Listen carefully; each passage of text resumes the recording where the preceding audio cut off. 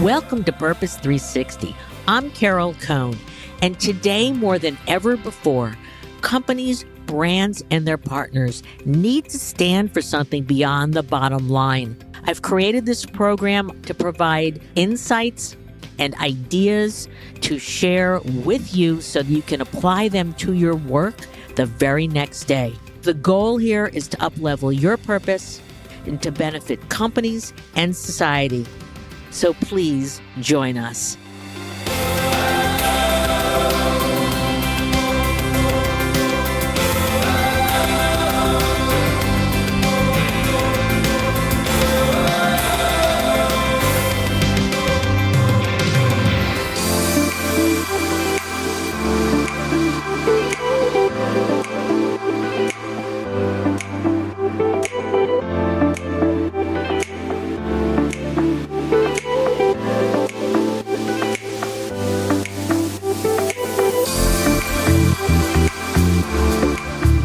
If you heard about a large-scale contractor for good, wouldn't your ears perk up?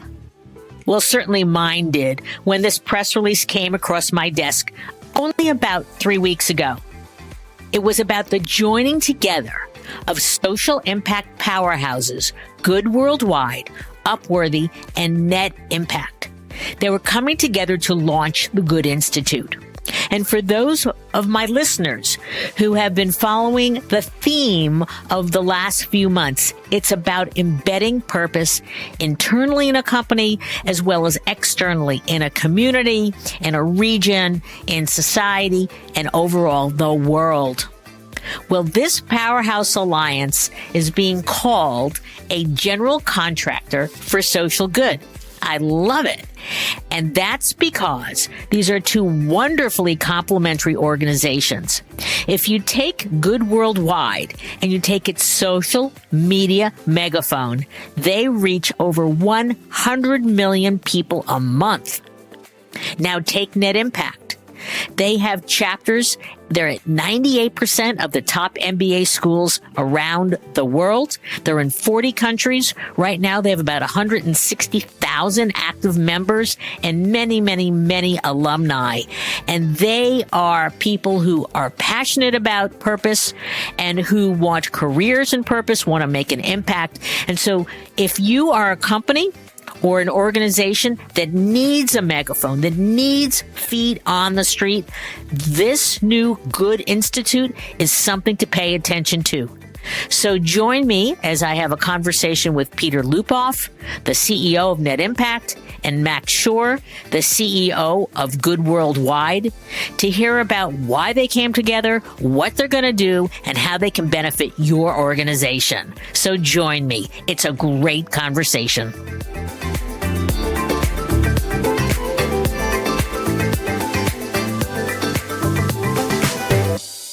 So both Peter and Max, I'd love for both of you, one at a time, please, to share your personal purpose and what led you to your roles at Net Impact and Good. So Peter, why don't we start with you? Because you have a very interesting background. They put enough miles on and you have many different roads that you travel down. And I started as what might be called a traditional investor. I was an asset manager, Wall Street guy. Traditional in the sense that social or environmental responsibility wasn't part of the strategy.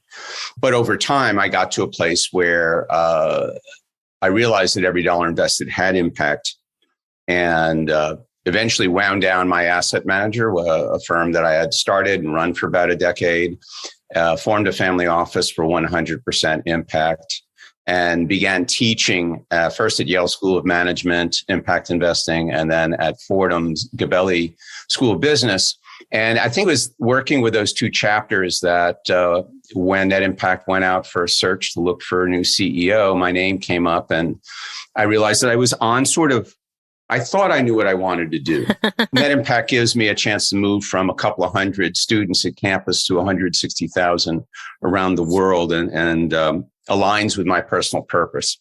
And I love your background. It's just perfect for net impact and where it's going. So excellent, great selection. So we're going to learn more. So Max, tell us some more about your background and Good Worldwide. Thanks, Carol. Great to be here. I think back to growing up in the 80s and 90s and sort of opening my eyes. I remember, when I was downtown with my friends in middle school, we would use a payphone to get picked up. And then in high school, we kind of had this internet thing starting to pop up. By college, it was essential. Everyone had a cell phone. And this sort of coming of age as the internet came of age and as connectivity on that level came of age. Another part of this story is, having grandparents who were, active in the community, who were teachers or community doctors. And then I had a mentor when I was in high school who was a South African freedom fighter. And as a 16-year-old, I got to go to South Africa. And it was the year after the new constitution and Mandela had just been elected president. And there was this sense of tangible change is possible. And it's possible here and now, and also that it's needed. I think in high school, also, one of my best friends was Ben Goldhirsch. And we together, through this mentor of ours, Temba Makubela, this amazing South African leader who's now a great educator, we had this feeling that doing good was cool. And then as we started to kind of go out into the world, it's kind of like, wait, no, doing good is actually made fun of. Doing good is seen as soft. Doing good is weak. And there was this disconnect between, I think, what truly was cool, which is doing good, and what society was thinking was cool. And so in college, and this is why I'm so thrilled about the alliance with Net Impact, we sort of were seeing all of these issues in the world, and, it's happening today. So I remember in college, you're saying, how can I make a living and make a contribution? And that was the question. That was the essential task at hand. And that's why I love partnering with Net Impact. But anyhow, so part of my purpose is to make a contribution, to be present for my life, to keep my eyes open, and to make a contribution. That's great. What year did you go to South Africa? I'm just curious. I went to South Africa in 1997, I believe. Wow, amazing that you were there when a year after Mandela was freed. It must have been palpable in terms of the energy. It was amazing. Peter, talk a little bit about net impact, because those of us in the social action world and purpose world know net impact well, but enough people don't. And, when I was on the board, I was always trying to bring in more companies and to get more communication. And I know that you're going to do that. But just, briefly, who is Net Impact? Net Impact is about to celebrate its 30 years of existence. We're a year off from that, and we're planning big for that. Net Impact is a roughly 160,000 current member network of emerging leaders. With our organization has a mission to inspire and equip them for a just and sustainable world. Over the last 2 years, we've modified that mission statement to add the third action word, activate, because we're in a very dynamic time. And we're finding not only do our network of students and young professionals want activations that are, demonstrable, but our partners, our corporate partners and foundations do as well. In fact, we do the work we do through challenges, case competitions, fellowships, and other kinds of activations. We've done an annual conference now for every year of existence. Last year, we ran 10 events under the theme Reimagining Capitalism, and that's rolled into this year, the theme A Regenerative Economy, Reimagine Capitalism for People and Planet. And I would like to suggest to our listeners, it's a great conference. It is the energy there with the students, the MBAs, and you're also having undergrads. It's just great. I've given many panels and such there, and it's just if you can go to one, please go to one, and if you can support one via company partnership, please do that. So now, Max, tell us about Good and your mission and your services. Good is a social impact media company founded in 2005, 2006, originally with Good Magazine and the community that built around that. And now we joined forces with Upworthy in 2017, which is the largest social good megaphone. and a powerhouse on social media. And we initially, our first stakeholder is people who give a damn. We reach people who are interested in being a part of social good. The good brand really stands for the intersection of what's good for you and what's good for the world. And then Upworthy is focused around lifting up the best in humanity. And it has this belief that we're all part of the same story. And so together, we have now 15 years of engaging people who give a damn. We're reaching any given week over 10 million people. And it's just incredible. And so our mission is to bring people together as a force for good. And as we've been doing that, companies came to us. So, Howard Schultz, when he was becoming the CEO of Starbucks again, visited our offices right as we were starting, said, "I love what you're doing," and then we also helped him bring purpose into Starbucks for a decade. And then Google, we helped do the, first Google Doodle for social good. And these companies were saying, we don't just want to advertise. We want you to take your DNA of good and bring it into our company. And so, we've been practitioners in that space for 15 years and we love it and feel like what's so important is that I think when we started good, our dream, which we thought was a real David and Goliath, bringing a slingshot to a war with machine guns, was that the sensibility of giving a damn would become the dominant sensibility in society. But after 15 years, we've been in the trenches, and I have so much respect for you, Carol, and you've been, on these battle lines for a long time. You have a lot of stories. But the thing that's so amazing about joining forces with Net Impact is that it's an ongoing stream of next generation leaders, and we feel that the idealism and the conviction and the belief that young people have is so essential for the movement. And so the idea that we could join forces with such an ally is thrilling. What we're calling our Social Impact Alliance makes so much sense, because if we are both interested in and believe this is an inexorable move in the direction of good, and people can drive that, people being perhaps the most functional of the different constituents that we deal with in life, then the idea that we have the work we do, the onset of a next gen that are looking to make difference. Mark Albion, who founded Net Impact nearly 30 years ago, had a very simple notion that business could be a force for good and students shouldn't sacrifice values for a paycheck. I love the fact you brought up Mark Albion. He was a friend of mine forever. He actually lived in the town next door to me in Massachusetts, and watched his kids growing up and saw all his books and such. So he was really one of the pioneers with me. So, okay, so you've already talked about there's an alliance that you just announced.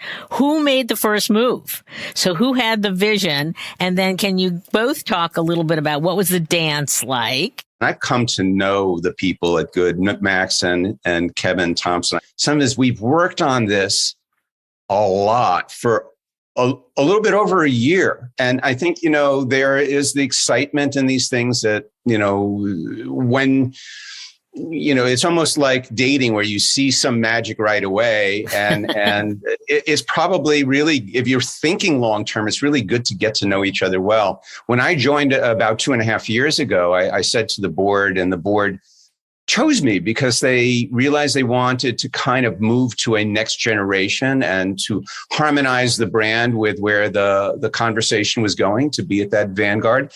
And I thought that there are all these great mission-aligned organizations that we could work with, whether they're joint ventures or they're just project bases or there's something more material, and immediately reached out to all of them, the logical suspects. But I was introduced to Good Worldwide, and we began those conversations and very quickly came to realize that there was this common origin story that we had, that in Good's B Corp resolutions were wired greater, more disciplined statements about their organizational objectives to do good.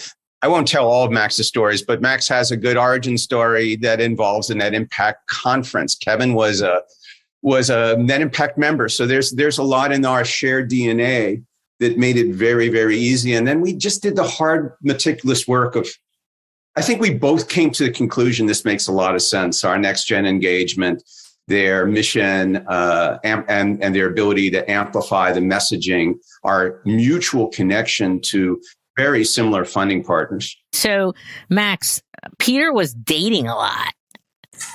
So I hope he didn't mind that. He was kind of checking out, who he could partner with, but then it got together. So how would you like to amplify any part of it? Because I want to jump into what you do. As we came across Peter and Jess Student and their amazing leadership team, I think at one point, it just sounded like we were finishing each other's sentences. And Jess Student gave us a presentation. And we're like, this is our language. This is their language. And I think, something that a quest you've been on, Carol, for a while and we've been on is this idea of proving once and for all that good business is good business. We believe it fundamentally that good business is good business, but we're still, helping society make that case.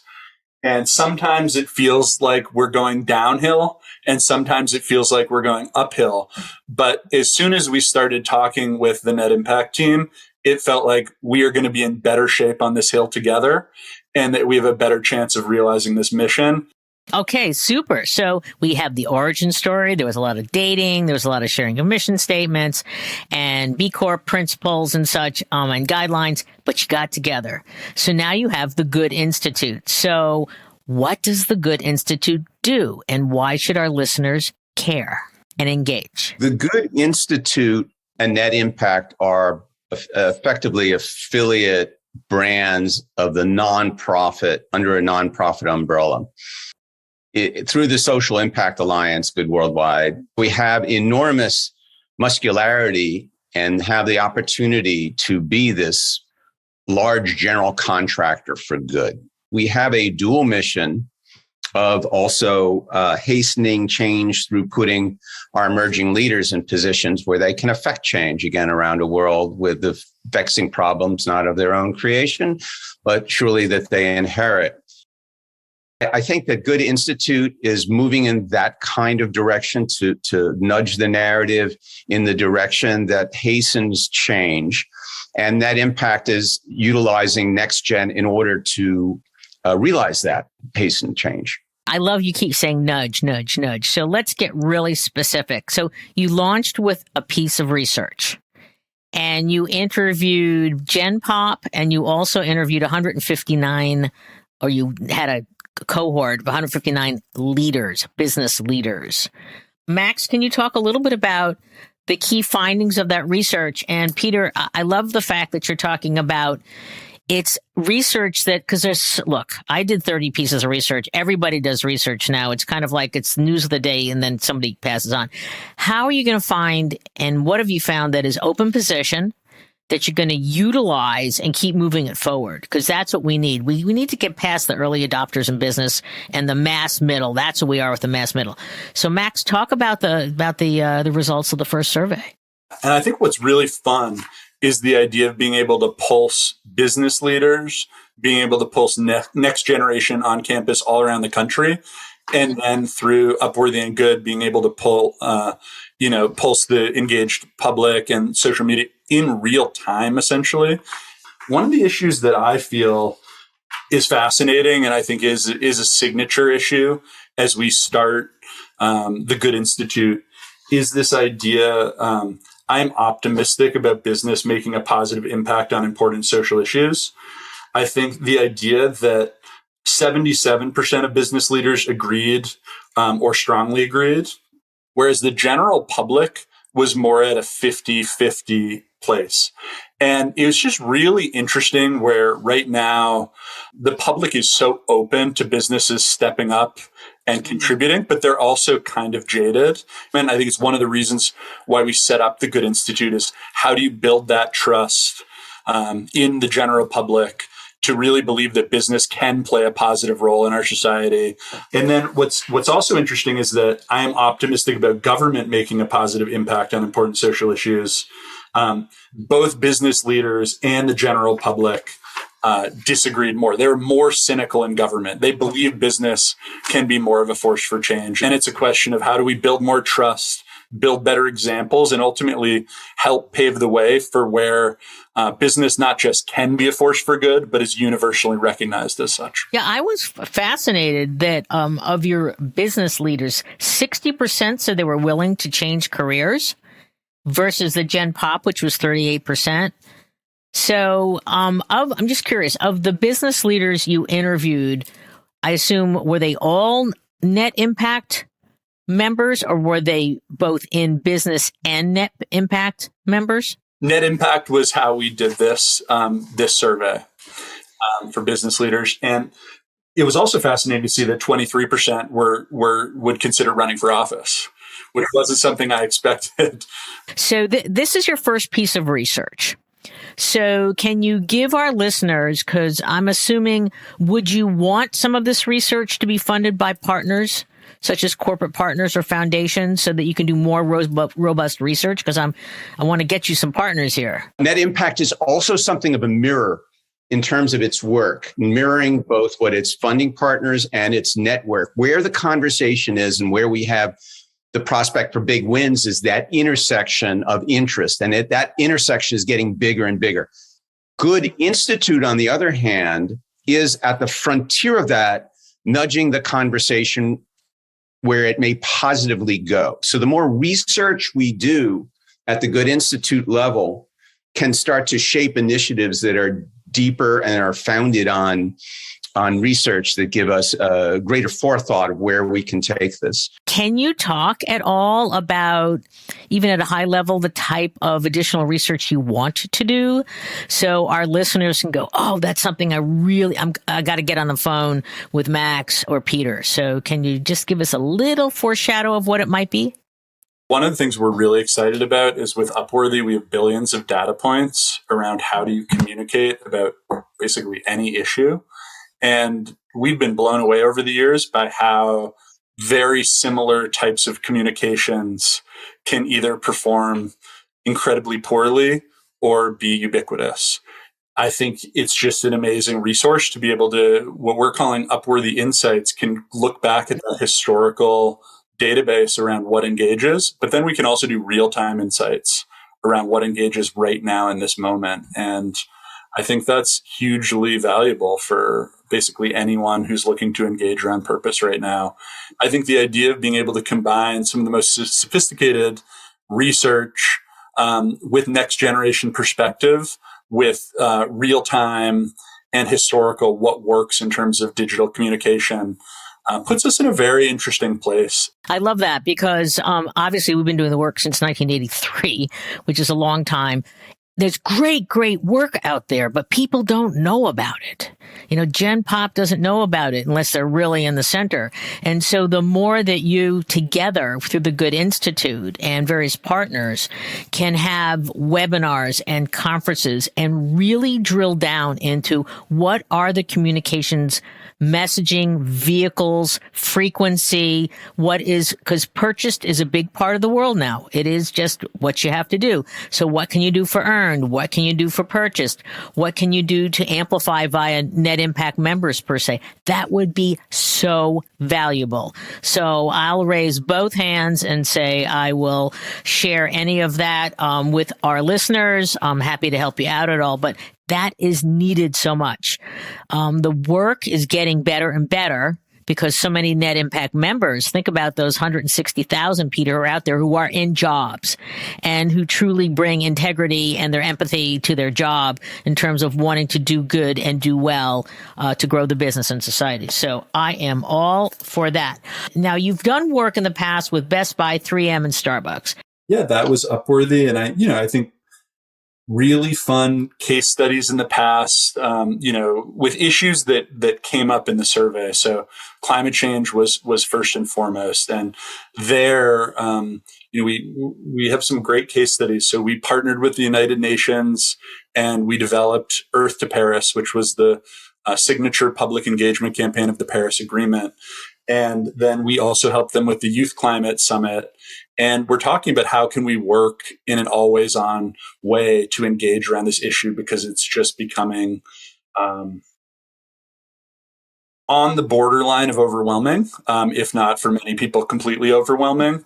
And at the same time, we're still in a window when we can take action and avert the worst of it. And Peter has created a great partnership with a group out of MIT that's called Climate Interactive. And they have a beautiful workshop that helps you look at how do you make sure that we get below 1.5 degrees or 2 degrees. And it's quite daunting, but it's very helpful to do the exercise and with mathematics and scientific really understand what needs to be done. And so we are definitely looking for partners who don't just want sound bites, but who want to actually create real change on this issue. And we're going to be doing that. Another one is equity and inclusion. And so, Upworthy was the exclusive partner of the Ad Council when we launched Love Has No Labels. And that was, such an iconic PSA. And it came out just 3 months before the Supreme Court ruled for same-sex marriage and marriage equality. And now we find ourselves in a time where there's so much divisiveness. And so, Peter's doing amazing work. They have a Black professionals chapter, and they're building out a whole Jedi Alliance. And we are doing a lot of work on that front as well. And I think connection, hope, unity is sort of signature to Upworthy. And if you go on Upworthy's Instagram, if you're having a bad day and you go there, you will be reminded of the best of humanity. You will laugh. And I think we feel really like this is an important moment, not just to provide some uplifting narrative to people, but also to provide some unity. And what's incredible about the people who Upworthy reaches is they do span the political spectrum. And so we see that as a very important, that was a huge shared connection with Net Impact as well, is that we both do not want to be divided by partisan lines. We do not want to be divided by different perspectives or ideologies. We really want to bring people together as a force for good. I think that this is kind of where our work is going, is to sort of how do we help people have and assert the agency that is their birthright by social contract. Excellent. I love the way you put that. So towards that end, and I really appreciate the fact that it's action, action, action. They are inspired, Peter. Absolutely. What about measurement? Because I know you've got early adopter C-suite. I get it. I don't really need the measurement. But, you've got the majority who says, I need to know if I'm going to invest. And significant dollars, by the way, listeners. This is not $100,000. This is millions of dollars that you need to carve out from your ad budget. And by the way, I just saw in Ad Age, a 30-second spot for the Super Bowl is $6.5 million before production. And if you go for a minute, it's going to be, you'll probably negotiate it to like 12 million. And then you'll produce it for another, 3 or 4 million. Imagine what you can do with a portion of that. So I challenge all of our listeners, you've got to reallocate your budgets, because this is no longer a nice to do. This is about embedding social impact into your business for recruiting and retention, the most important thing, and then to cascade out to all your stakeholders. So with that was my little commercial. Thank you. That Max, talk to us, and then Peter, about measurement. Is it traditional measurement? What are your partners asking for so that they can make the case for greater budget and greater impact? Bringing just measurement obsession through the organization has definitely been something we've been doing. And so whether we are designing for a partnership or measuring the outcomes of the partnership, that's woven all the way through. And we have a wonderful data team. We have on the media side, there's sort of standard engagement, brand metrics. And then we also do custom measurement studies as well. But it is an obsession of ours, and it's actually one of the next strategic alliances we're currently flirting with is because we want to take it that one next step further of where social impact and business performance come together. Well, since you are a think tank, the more that you can discuss this and both soft and hard and go beyond net promoter scores and things like that, it would be really, really helpful. And also you should take a look at, Sustainable Brands has an entire conference on measurement. And so I think that since you're talking about measurement, that's something you might want to put into your net impact conferences and others.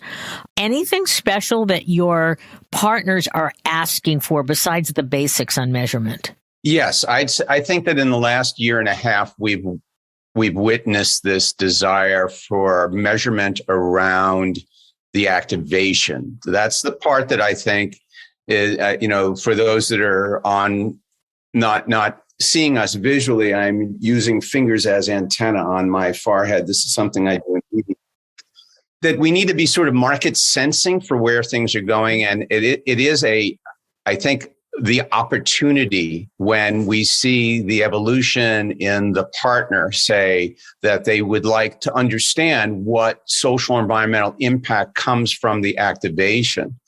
That's an awesome thing. Now, around all impact, or around a lot of impact, being an impact investor as well, it's largely anecdotal and storytelling. And it is just simply factual. There can be, KPIs around the number of people reached, the demographics of those people, but then a lot of it is the storytelling around the actual impact. So I think wiring the work we do to be mindful of, like to be calibrated to the way the world works is important. And the way the world works is that we are trying to do well by doing good. Businesses are trying to do well by doing good. They have to serve more than one mission here, and financial return, along with social environmental impact, is what they're trying to accomplish. So we need to be mindful of that in the way in which we present as well. And Carol, I also want to recognize you. I can remember when we were starting Good Magazine, like seeing a kind of a missive come through email that was, Cone Communications research on brand leaders. And I know you've been in the trenches of this research for a long time. And I think one of the gaps is the difference between long-termism and short-termism. And I think you probably know so many business leaders. We know so many business leaders who desperately want to do this social good work. And the question is, how do they cross the chasm of what makes sense for the long term and what makes sense in the short term? And so we have some of that research we're developing right now. We want to work with others. To your point, we want to open source this and make it as compelling as possible, because unfortunately, too often we do get people coming to us wanting to do things that make tremendous sense long term, but needing immediate results. Well, that's really, really great. We don't have that much more time, but I want to get into what is both of your long-term visions for the Institute? I would hope that we become a formidable part of the landscape in the ideas around how business and community can drive social and environmental good. That will manifest from the think tank work we might do, the consultative work we do, and eventually, as a function of that, the ways that we might collaborate with Good Worldwide and Upworthy or Net Impact or any other of the various arrows in the quiver that Good Institute as an umbrella nonprofit may have.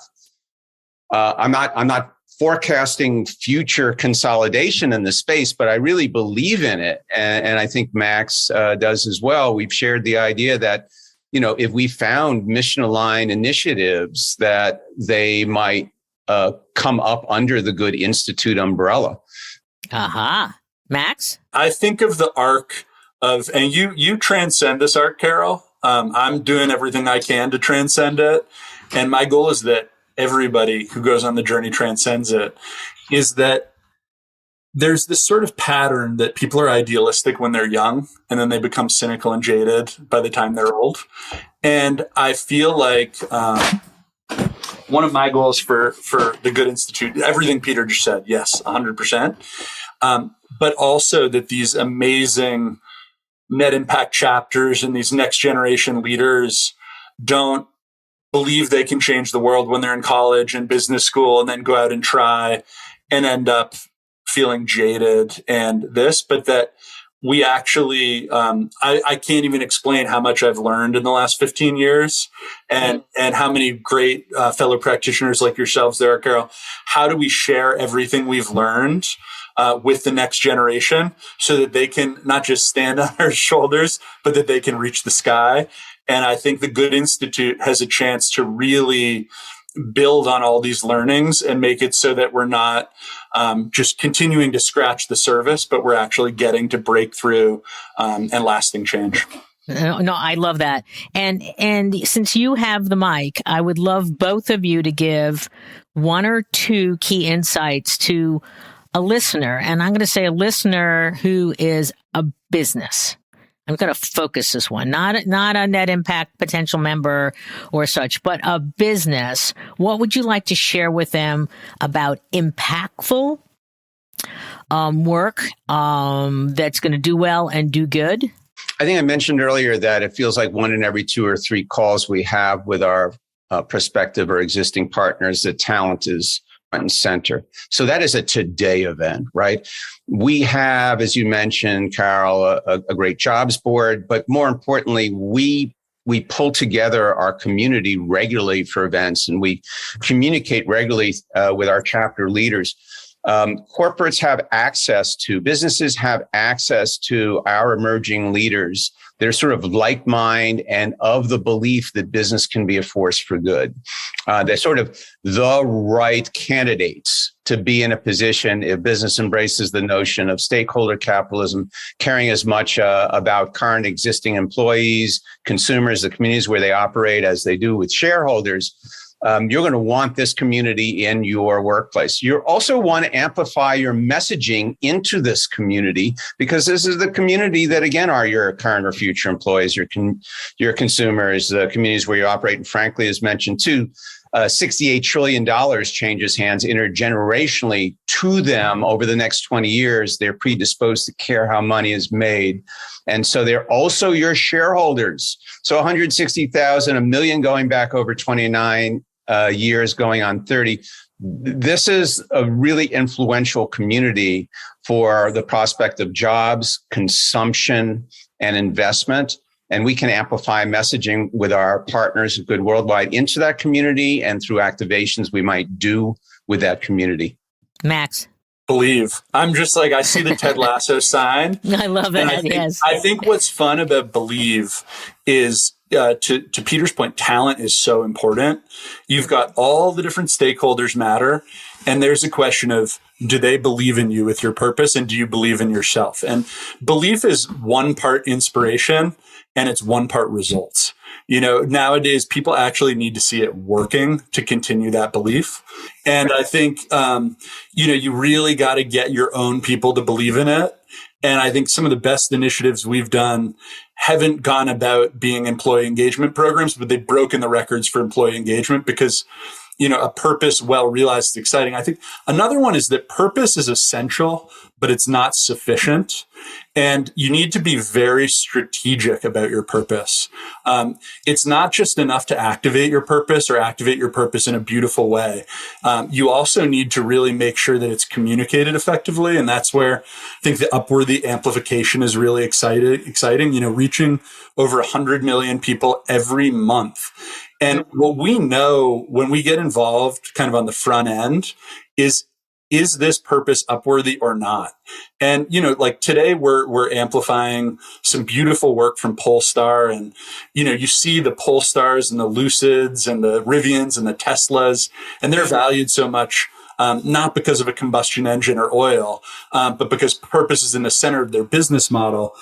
But really the question is, can you get that narrative to be Upworthy? And then I think the last one is just be bold. I think we need to be inspired. You need to break through the noise and you need to really go for it. And of course, in order to do that and really be as bold as you need to be strategic, and there needs to be a strong business case. And, that's why we're thrilled when partners come to us, because I think we've got the ability to design, to work with net impact and activate locally and globally, and then to amplify. And I think what's so exciting is that, the Upworthy audience garners more love reactions than any community on social media. And so we've got this ripe audience that wants to champion it. That's super. That was very, very well stated. Hey, I want to ask both of you, what about TikTok and social purpose? What do you guys think about that? Because there's good on TikTok and bad on TikTok. I'm just curious. Max, you probably have a more informed view than me. I think TikTok has a huge potential for social good. I think anything that's next generation is really smart, and people are spending their time on there. They're resonating. And so it's an area that we are working on, looking into, and excited about the future for. And I know people there as well. Nick Trans, their head of marketing, he's a social good leader. Know other people there, and they are very committed to social impact. I think there's a terrific opportunity for them to drive real change. Super. So you think, yes. So in closing, I always like to give our guests a final word.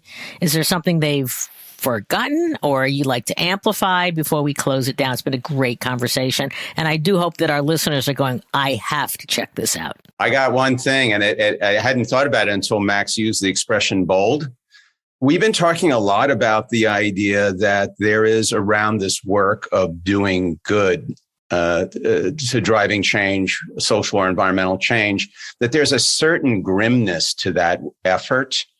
And I hear it oftentimes in sort of more traditional circles where there are people who have historically held that narrative. And I feel that it misses entirely where Next Gen is. Not only does it miss it, but that sort of grimness or commitment to incrementalism misses the fact that our community is seeking urgency and exponential outcomes, and that what we must bring to that work is a sort of a sense of joy and fun, that, it isn't a grim process. I hear many punditry that have been, have miles on them like me, saying that, that they've never been more pessimistic about things. Like, that's not my take. That's not what I hear when I do my market sensing and listening to our community and our partners. There's real shot at it. And we're supposed to, as Ayanna Johnson, the environmentalist, wrote in her book, in her title, that we're supposed to save all we can save. That we're supposed to not be trapped in denial or doomism, and we're supposed to bring joy to the work. And so I think of that joy and boldness. Max's word bold, my word joy. This is the way we can be happy warriors to make for better outcomes. And I just want to make a point, and it's just, if any of our listeners know about the social robot duck we created for AFLAC for kids with cancer. I mean, grim. Childhood cancer is grim. And also having supplemental insurance in case you really get sick is grim. But we brought something by doing deep research, understanding what that child needs to go through over 1,000 days of treatments. And it brought so much joy and optimism and hope to those little kids. So yes, to your point, you've got to drill down. You've got to be strategic. You have to know the brand. You've got to know the stakeholder group. So yes, I absolutely. And I just want to make that point because it's one of the best things that I've ever done in my career. Last word to you, Max. Our vision at Good Worldwide is to create the biggest collaboration in human history for social good. And what does that mean? I love what Peter said about joy. I think about when I was just starting Good, I met Keith Yamashita, and he was really into this idea of the joy factor of when you're really doing this work, tapping into that joy. And I think it's why I love this purpose work as much as when we started 15 years ago, is because when you actually get on a real project with amazing clients, amazing teammates, there's a joy that I can't think of coming from anywhere else. I'm going in a slightly different direction. I just want to bring up Lin-Manuel Miranda's new movie that he directed, Tick, Tick, Boom. It's about Jonathan Larson, who wrote Rent but died right before it went. I feel the tick, tick, boom of the purpose. How long we'll be around, but it's tick, tick, boom. It's like, it, Carol, it, Peter. All the people in our community know it. The listeners know it. There has never been more opportunity to drive real change and real progress and well-being for people. And yet we've just been brought to our knees by this pandemic. The climate crisis is threatening us all this ways. Our capital was stormed this January. And so the need for this work is greater than ever before. And tick, boom, like the time really is going out, because you've seen all the stats. We know the stats. Business can be a force for good. It absolutely can happen. It is happening, but we need to do it now, and we need to do it fast, and we need to convince people that they can trust business and they can trust society, and that, to Peter's point, we can have fun along the way too. It doesn't have to be a grim adventure. There you go. I thought that was a wonderful conclusion to this fantastic conversation. I would like to say to our listeners, taking action, whether it's going to be work for, buy from, advocate for, even buy the stock, in deference to you, Peter, in your past career, you have agency, and that we must use this agency in a thoughtful way to truly advance the world and to address the challenges we have, and we can do it through business. So I want to thank you, Peter. I want to thank you, Max. I want to say to our listeners that I always end with this question. When I started this podcast 3 years ago, I said, what is your purpose? And I now say, what is the power of your purpose?